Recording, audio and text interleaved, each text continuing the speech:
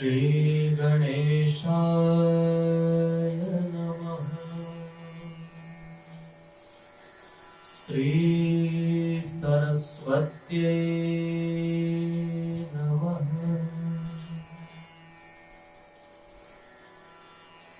वक्रतुंड महाकाय सूर्यकोटि समप्रभ निर्विघ्नं कुरु मे देव सर्वकार्येषु सर्वदा।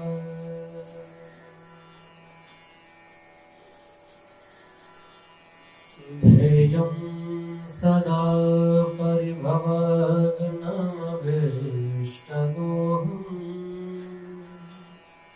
तीर्थास्पदं शिवविरञ्चिनुतं शरण्यं भक्त्यार्तिहं प्रणतपालभवाब्धिपूतं वन्दे महापुरुष ते चरणारविन्दम्।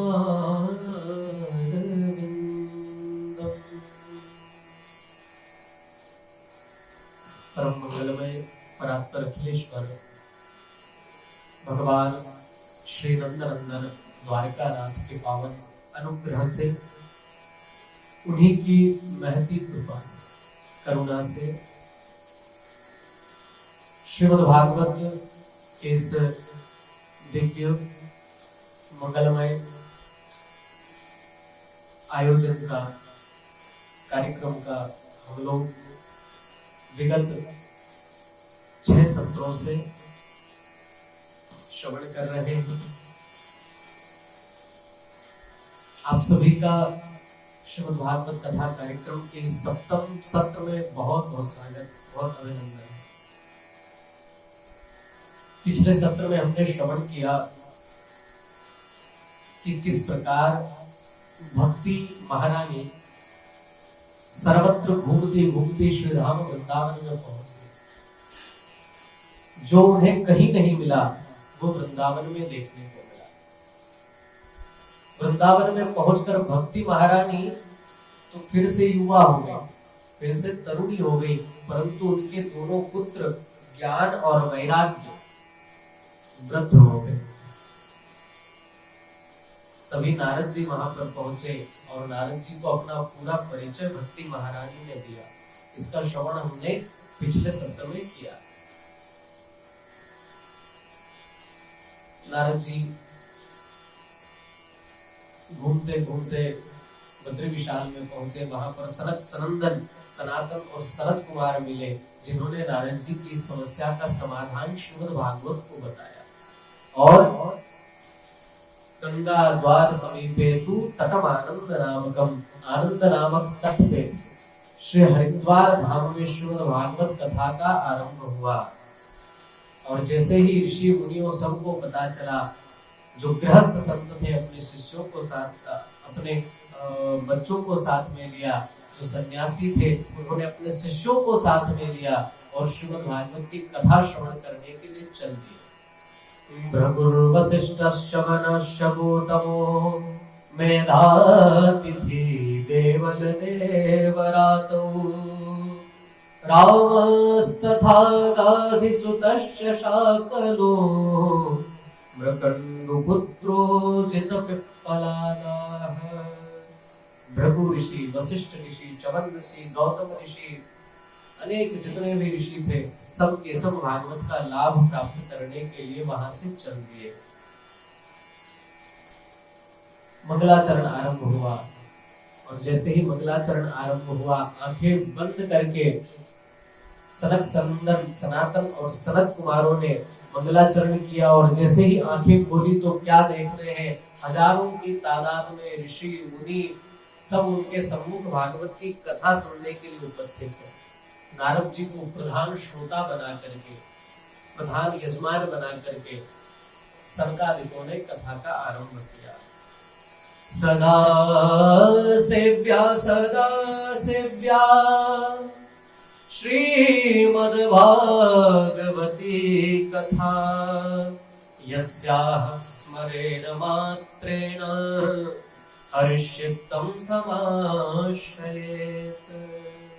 सनकादिक कहते हैं सदा सेव्या श्रीमद्भागवती कथा। यह भागवत की जो कथा है यह सदा सेवन करने योग्य है, इसको सदैव श्रवण करिए। क्यों? बोले यस्या श्रवण मात्रेण हरिश्चित्तम समाश्रयेत्। इसके श्रवण करने मात्र से श्री हरि भगवान आपके चित्त में आकर के बैठ जाएंगे। चित्तम समाश्रयेत्, अपना आश्रय बना लेंगे आपके चित्त में। इसलिए जो भागवत की कथा सुनता है ना, भगवान उसको बड़ा प्रेम करते हैं। वो भगवान का बड़ा लाडला होता है, वो उनका प्रिय होता है। इसलिए सदा सेव्या, यदि आपको श्रवण करने का मौका मिले तो कभी भागवत का सत्संग छोड़ना नहीं चाहिए। एक घड़ी आधी में बुनियाद, तुलसी संगत साधु की हरहि कोटि अपराध। एक घड़ी आधी में बुनियाद। हर व्यक्ति को, जिसने सनातन धर्म में जन्म लिया है, उस प्रत्येक व्यक्ति को भगवान की भक्ति के लिए समय निकालना चाहिए।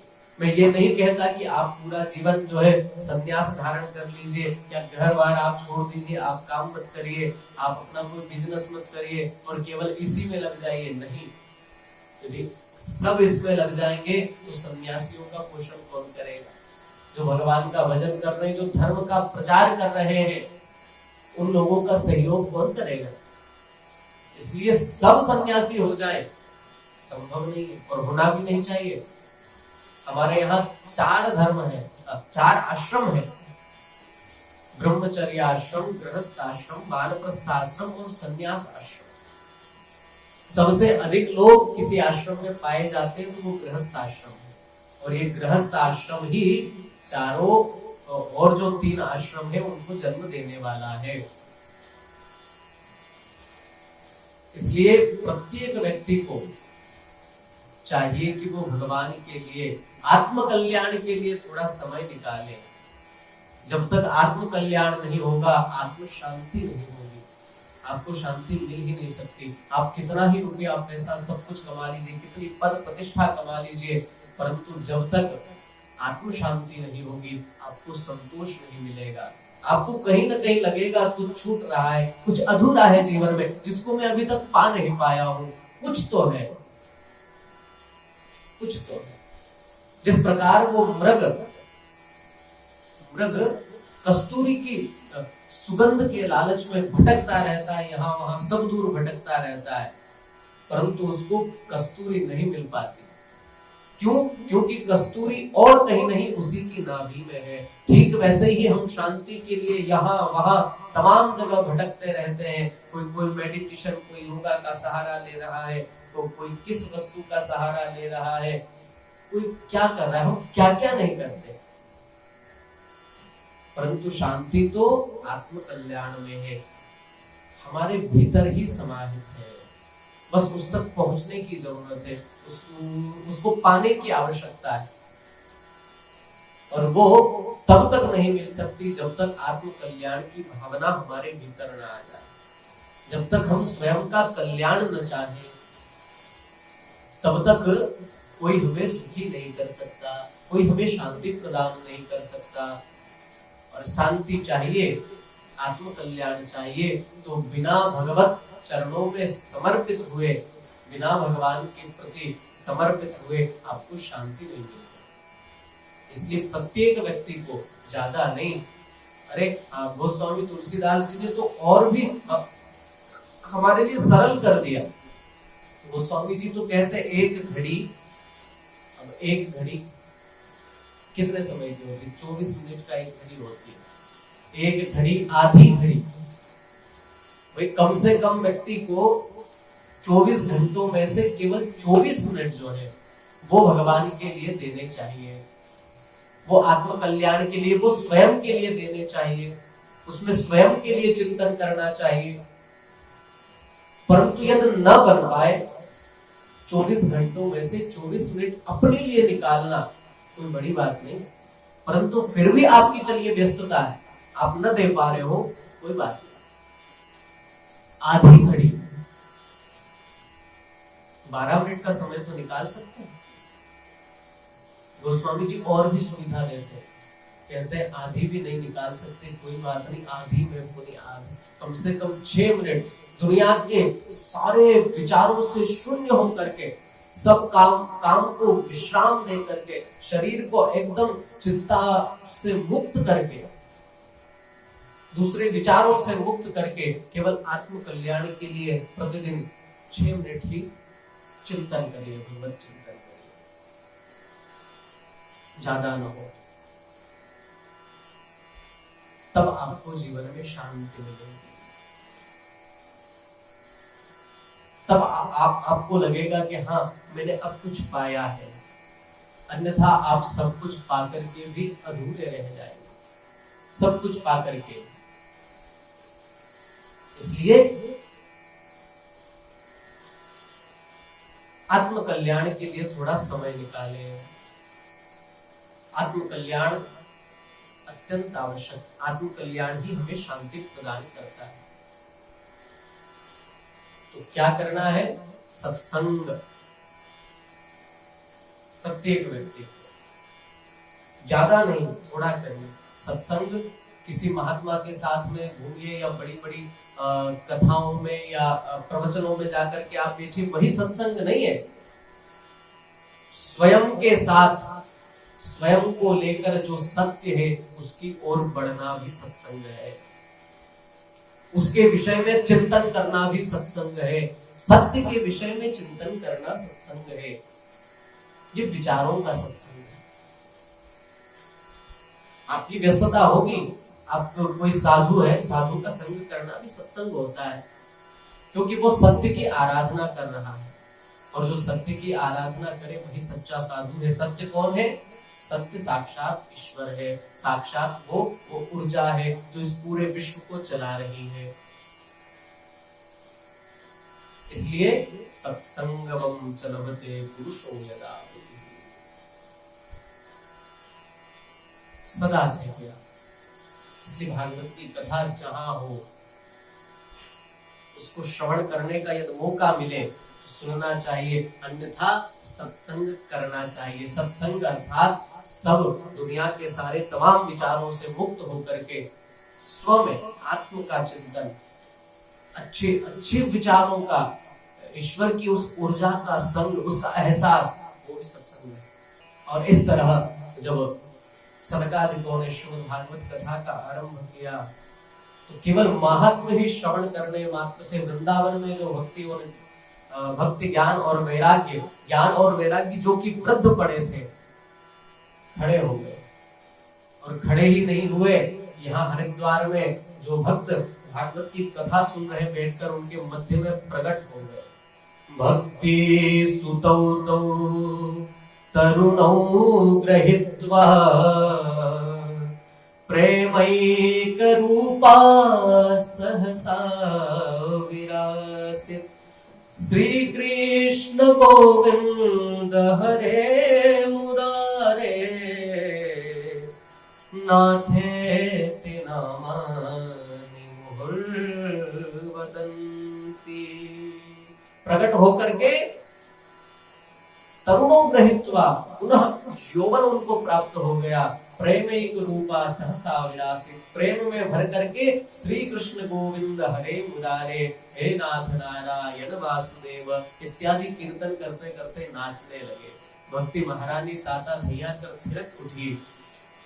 भक्ति महारानी कहते, धन्य है श्रीमद् भागवत की यह कथा, जिन्होंने मेरे पुत्र को पुनः यौवन प्रदान कर दिया। नारद जी भी बड़े प्रसन्न हो गए। नारद जी ने कहा, जो काम मेरे बार बार जो वेद का मैंने पाठ किया, उपनिषदों का पाठ किया, गीता पाठेर मुहुर्मुहु, वो सब भी नहीं कर पाया, वो काम श्रीमद् भागवत की इस कथा में कर दिया। नारद जी कहते हैं, सरकार मैं आपको बारंबार प्रणाम करता हूँ, परंतु मेरा एक प्रश्न और भी है। क्या आपकी यह जो भागवत है केवल भक्ति ज्ञान और वैराग्य को ही तारती है, उन्हीं का उद्धार करती है, या फिर जो अपने पद से च्युत है, जिसने अपने जीवन में कभी भक्ति का मार्ग नहीं अपनाया, जिसने अपने जीवन में कभी कोई पुण्य नहीं किया, जो सदैव गलत मार्ग पर चला, जिसने कभी किसी का भला नहीं किया, भगवान का कभी चिंतन नहीं किया, कोई पूजा पाठ नहीं किया, कोई यज्ञ नहीं किया, किसी औरों के बारे में जिसने कभी अच्छा नहीं सोचा। अरे भागवत यदि किसी भगवान का भजन करने वाले भक्त का उद्धार कर भी दे तो कौन बड़ी बात है। मैं तो तब मानूंगा जब ये किसी पापी का, किसी अधम का भी उद्धार कर दे, क्योंकि हमने सुना है भगवान तो अधम उदाहरण है, वो अधमों का उद्धार करने वाले हैं, वो पापियों का भी उद्धार करने वाले हैं। इसलिए आज तक आपकी भागवत ने किसी अधम को, जिसने जीवन में कभी कोई सुकृत नहीं किया, जिसने सदैव औरों को कष्ट पहुंचाया, ऐसे का भी उद्धार किया है। तब सनकादिक कहते हैं हाँ क्यों नहीं, जरूर। देखो संदेह उस समय भी हुआ करता था और संदेह आज की युवा पीढ़ी में आज भी उतना ही, और जब तक संदेह का समाधान नहीं होता वो संदेह आपको अंदर से खोखला करता जाता है। हमारे सनातन धर्म के प्रति लोगों के भीतर संदेह बहुत है, आजकल की युवा पीढ़ी में संदेह बहुत है, और संदेह जो है संशयात्मा विनश्यति, संशय जो है धीरे धीरे जिस चीज के प्रति संशय होता है उस चीज को वो नष्ट करता चला जाता है, वो उसको कमजोर बनाता चला जाता है। नारद जी को संदेह हुआ कि भक्ति ज्ञान और वैरागी ये तो वैसे ही भगवान का भजन करने वाले, ये तो हरनिश भगवान में रमते रहते हैं, इनका कल्याण हो गया, कौन बड़ी बात है। किसी पापी का उद्धार हुआ है जिसने कभी कोई सुकृत नहीं किया, भगवान का भजन नहीं किया, जो एकदम नास्तिक है, वो मानता ही नहीं उन्हें, उसका भी उद्धार कर दे तो माने। तब सनकादिक कहते हैं बिल्कुल ऐसा भी उद्धार हुआ है और प्रमाण है मेरे पास, उद्धरण देते हैं। ये मानवः पापकृतस्तु सर्वदा सदा दुराचाररता विमार्गगा क्रोधाद्धिदग्धा कुटिलाश्च कामिनः सप्ताहयज्ञेन कलौ पुनन्ति ते। ये मानवा जिसने कभी जीवन में कोई सुकृत नहीं किया, पाप कृतस्तु सर्वदा, सदैव पाप किया है, सदा दुराचारता विमार्गगा, कभी उसने सदा आचरण नहीं किया और विमार्ग पर चला, गलत मार्ग पर चला, क्रोधी है, जो कुटिल है, जो कामी है, सदैव कामनाओं में, सदैव स्त्री भोग आदि में लगा रहता है, उसको भी सप्ताह यज्ञेन कलौ पुनन्ति। श्रीमद् भागवत कथा सप्ताह ने उसका भी उद्धार कर दिया है, उसके भी कल्मशों को पुनन्तित धो दिया है, उसको भी भगवत चरणों में स्थान प्रदान कर दिया है। कौन है ऐसा? अत्र ते कीर्तयिष्यामि इतिहासं पुरातनम् यस्य श्रवणमात्रेण पापहानि प्रजायते। अत्र ते कीर्तयिष्यामि इतिहासं पुरातनम्, मैं तुम्हें एक इतिहास कहता हूँ, तुम्हें हिस्टोरी बताता हूँ, इसके श्रवण मात्र से पाप हानि प्रजायते, पाप की हानि होगी, अर्थात पाप नष्ट हो जाएगा। तुंगभद्रा नदी के तट पर धर्म परायण आचरण करने वाले आत्मदेव नाम के पंडित जी रहते थे, ब्राह्मण रहते थे, और विशुद्ध ब्राह्मण वृत्ति से ही अपना जीवन यापन करते थे। बड़े सरल, सहज और ईमानदार थे, बड़े निष्ठावान थे, बड़े कृतज्ञ थे। आत्मदेव उनका नाम, उनकी पत्नी का नाम था धुंधली देवी। आत्मदेव जितने सज्जन, जितने सरल, जितने सहज, इनकी धर्मपत्नी बिल्कुल उसके एकदम विपरीत, उसका स्वभाव अलग। जब तक पड़ोसन से झगड़ा न हो जाए तब तक तो उसका भोजन ही पचता नहीं। परंतु पतिदेव के सामने एकदम सरल सहज और सुशील होने का जो है अभिनय बड़ा अच्छा करती है। पति को लगता है मेरी पत्नी जैसी तो कोई है ही नहीं, परंतु कहीं न कहीं से कोई न कोई बात आखिरकार पहुंच ही जाती है। परंतु फिर ऐसी पत्नी के साथ भी अपना जीवन यापन कर रहे थे। एक बार की बात है, पंडित जी बैठे हुए थे, मन में विचार किया भगवान की कृपा से संपत्ति की कोई कमी नहीं, परंतु घर में संतान नहीं।